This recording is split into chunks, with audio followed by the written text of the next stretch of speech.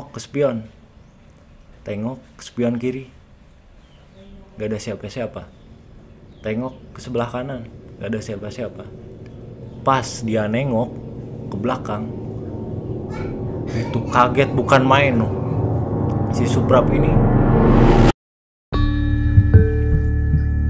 Assalamualaikum warahmatullahi wabarakatuh. Kembali lagi bersama gua Shan dalam segmen Komet Kamit Misteri. Di video kali ini gua bakalan bawain cerita yang dialamin, kita sebut saja Suprap. Suprap ini merupakan seorang karyawan di toko nih, di toko kayak mebel-mebel gitulah. Dan dia ini ngalamin kejadian yang gak bakalan dilupain lah selama hidupnya itu. Penasaran kejadian apa? Kita langsung saja berkomet kamit.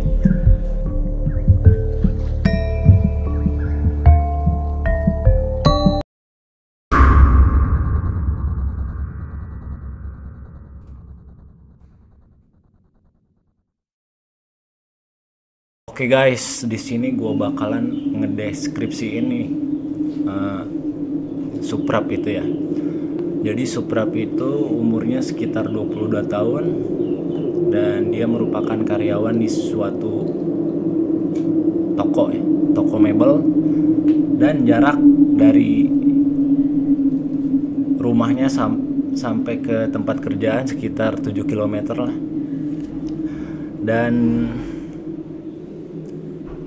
dia bekerja itu berangkat jam 8 pagi, pulang ya paling lambat maghrib lah. Namanya juga kan toko-toko kayak gitu ya, toko mebel, jadi dia langsung tutup pulang maghrib. Dan di sini Suprap ngalamin kejadian nih, kejadian yang gak bakalan dilupain nih selama hidupnya nih. Di sini Suprap juga mempunyai seorang cewek. Ceweknya ini kita sebut saja Andin ya. Andin ini merupakan karyawan juga, karyawan di toko baju. Jadi beda nih apa jam pulangnya. Jam pulangnya ini kalau Andin ini, si ceweknya Suprap ini pulang sekitar jam 9 lah, namanya juga toko baju ya. Dan jarak rumah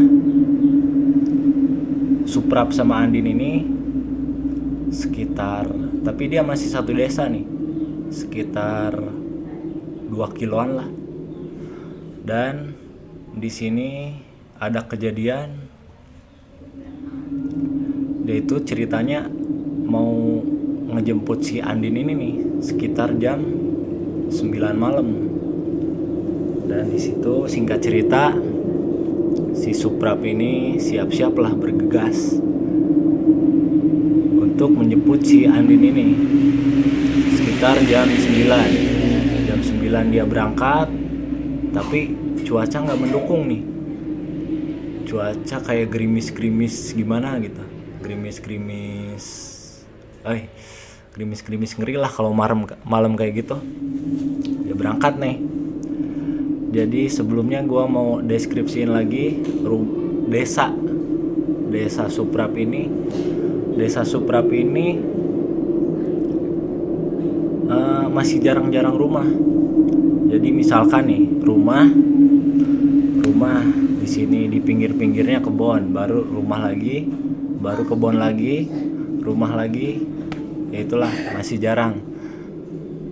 Langsunglah dia berangkat menuju tempat kerjaannya si Andin nih, karena si Andin pengen dijemput. Dia berangkatlah sekitar jarak 2 km. Langsunglah dia keluar dari rumah-rumah yang itu. Jadi ini udah hutan semua.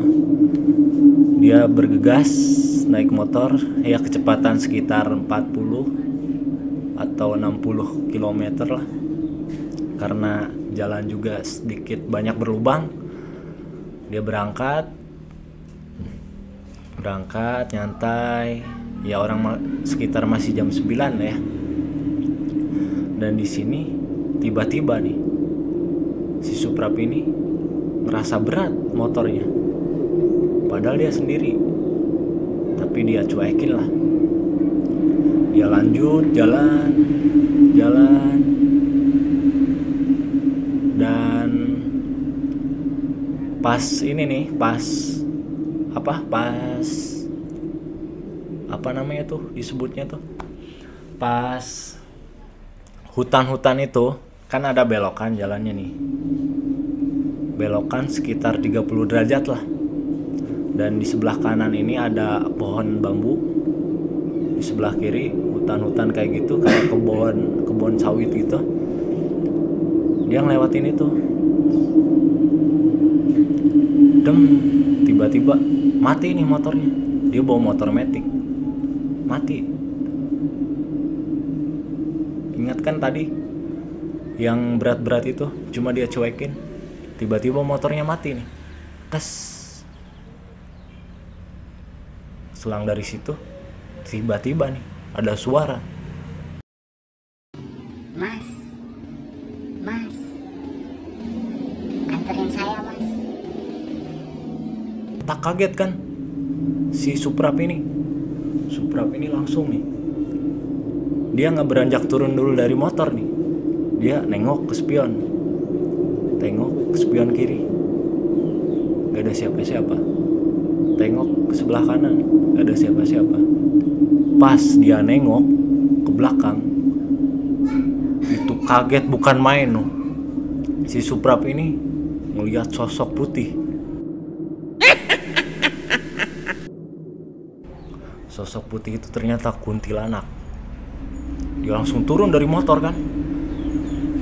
Cuma di situ dia nggak bergegas lagi. Ya dia pengen lari sih, cuma nggak bisa, kayak ngepris gitu. Dia mau merem, mau ngilangin pandangan, nggak bisa, ngepris aja melihat sosok itu. Mau lari nggak bisa, pokoknya ngepris aja, diem aja ngeliatin sosok itu. Dan Suprap itu ngelihat sosok itu, sosok Kunti itu, sosoknya mukanya pucat, dan ini mukanya banyak darahnya nih.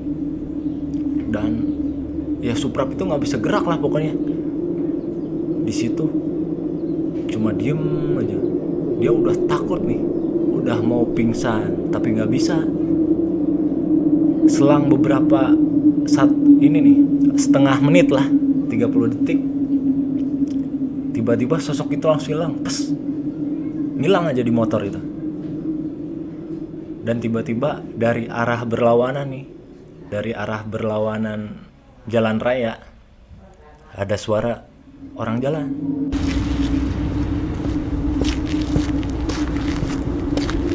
Suprap kan udah bisa gerak nih, nggak ngepris lagi. Dia nengok ke sebelah sana, ada cewek lah bawa tas kayak gitulah, bawa tas kayak gitu ya, baju-baju biasa gitu. Cuma ya karena gelap kan, nggak kelihatan, cuma kelihatan remang-remang kayak gitu. Dan kondisi jalan juga ya nggak ada lampu itu kalau pas di hutan-hutan itu. Kalau di sebelum masih di perumahan itu masih ada lampu lah. Dan di situ dia ngelihat ada cewek jalan kaki. Dalam hati dia bertanya kan, itu siapa cewek jalan malam-malam kayak gitu.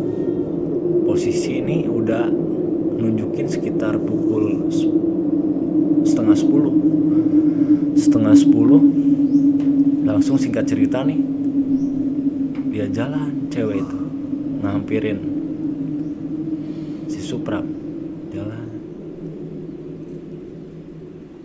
Nah setelah deket sama Suprap ini, si cewek ini kan kelihatan jelas tuh mukanya itu pucat dan pandangannya itu kosong. Dan ini agak tenang juga ya si Suprap ini, karena ada orang nih. Ya intinya nggak merinding parah lah karena ketemu orang kan. Cuma yang anehnya itu ketemu orang kok malam-malam kayak gini jalan kaki. Bingung juga kan. Oke, singkat cerita, dan tiba-tiba cewek ini ngampirin si Suprap nih. Cuma yang bikin heran, ini kok cewek berani itu jalan malam-malam, mana tempat gelap, ya tahu sendirilah, hutan kayak gitu, hutan. Dan si Suprap ini nggak banyak ngomong, langsung nanya kan, mbak dari mana, kok malam-malam gini berani jalan sendirian, udah hutan semua lagi kan. Cuma cewek itu diem aja,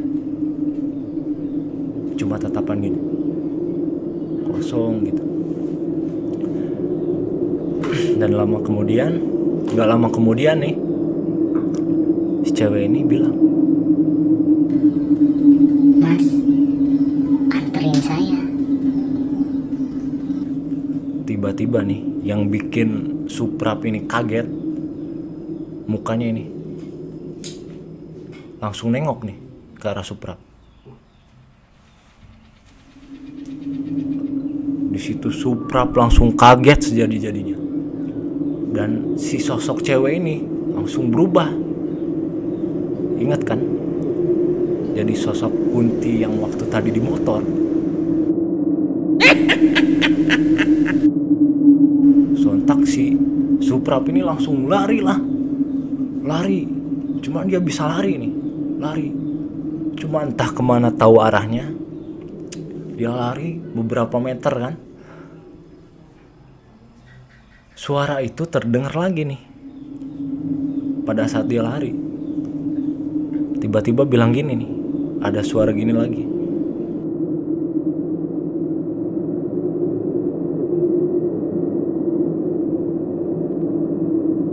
Dia makin panik kan, makin lari lagi.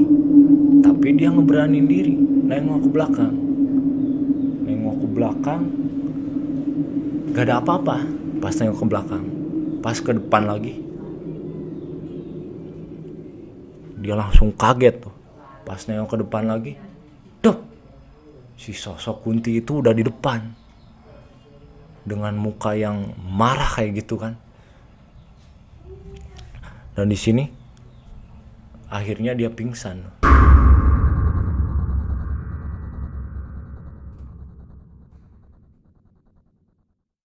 Oke, dan singkat cerita nih, tiba-tiba Suprap ini bangun nih sekitar jam 3 mau subuh lah.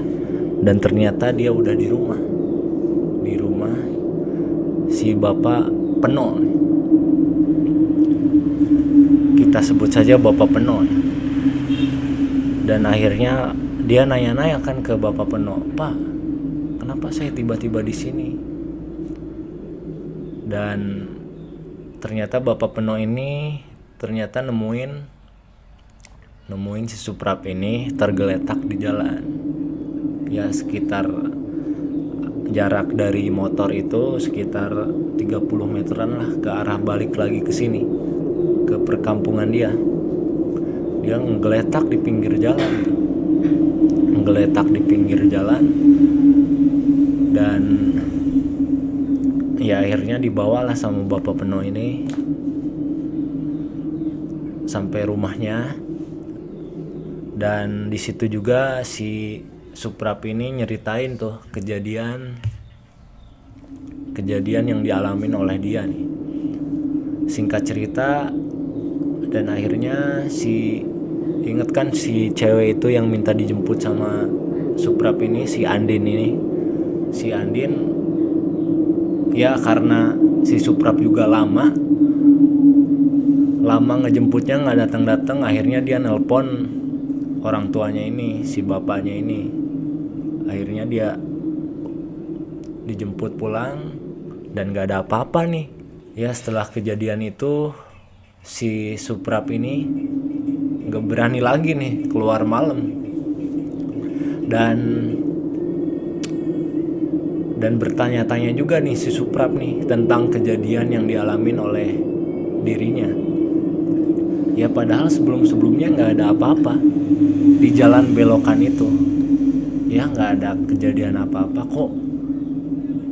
tiba-tiba nih si Suprap ini kok bisa ngalamin kejadian seperti itu.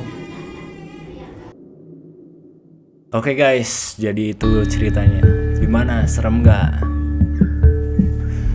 Oke, kalau kalian punya cerita horor nih, bisa komen di bawah atau kirim ke emailnya Komet Kamit. Nanti gua cantumin di bawah ya. Oke, sekian video dari Komet Kamit. Dan sampai jumpa di video selanjutnya. Salam Komet